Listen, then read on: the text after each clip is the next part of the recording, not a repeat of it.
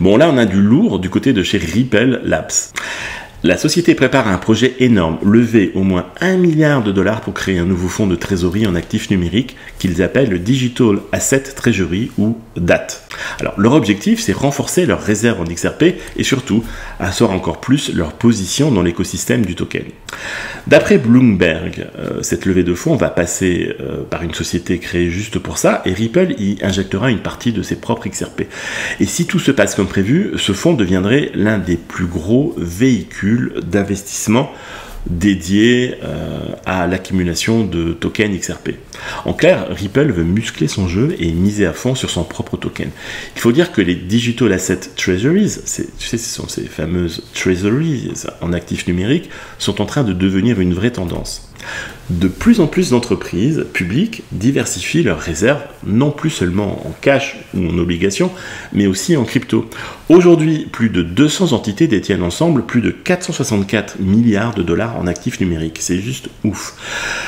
Et ça montre bien que les grandes sociétés commencent à considérer la crypto comme un véritable actif stratégique sur leur bilan. Et ce qui est dingue, c'est que Ripple lance ce projet dans un marché encore fragile, après une vague de liquidation qui a fait disparaître près de 19 milliards de dollars de positions à effet de levier. Mais malgré ça, Ripple avance confiant, et ça en dit long sur leur vision à long terme du token XRP. Surtout pour ses usages dans les paiements et la gestion de liquidité. Et c'est pas tout. En parallèle, la société Ripple a annoncé l'acquisition de G-Treasury, une boîte spécialisée dans les logiciels de gestion de trésorerie pour 1 milliard de dollars. Avec ce rachat, Ripple met la main sur des outils déjà utilisés par les grandes entreprises pour gérer leurs dépôts tokenisés et leurs stablecoins. Et c'est malin, ça leur permet de se rapprocher directement des directeurs financiers des grandes boîtes, ceux qui veulent intégrer la crypto dans leurs opérations. En gros, Ripple construit le pont entre la finance traditionnelle et la blockchain.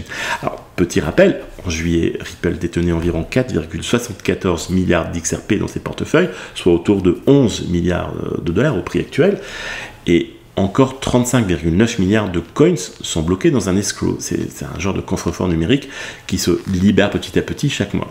Si le projet DAT, c'est-à-dire le Digital Asset Treasury, réussit, ce serait un tournant historique pour XRP.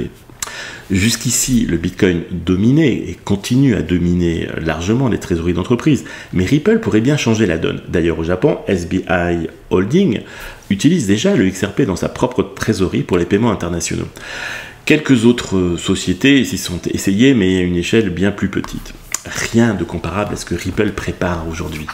Et si ça marche, XRP pourrait devenir le premier altcoin réellement adopté par les grandes sociétés dans leurs réserves stratégiques. Alors oui, certains investisseurs doutent de la viabilité à long terme des trésoreries crypto, surtout après la volatilité qui a fait chuter les actions de sociétés comme MicroStrategy ou Metaplanet au Japon. Mais visiblement, Ripple, eux, s'en fichent. Ils avancent.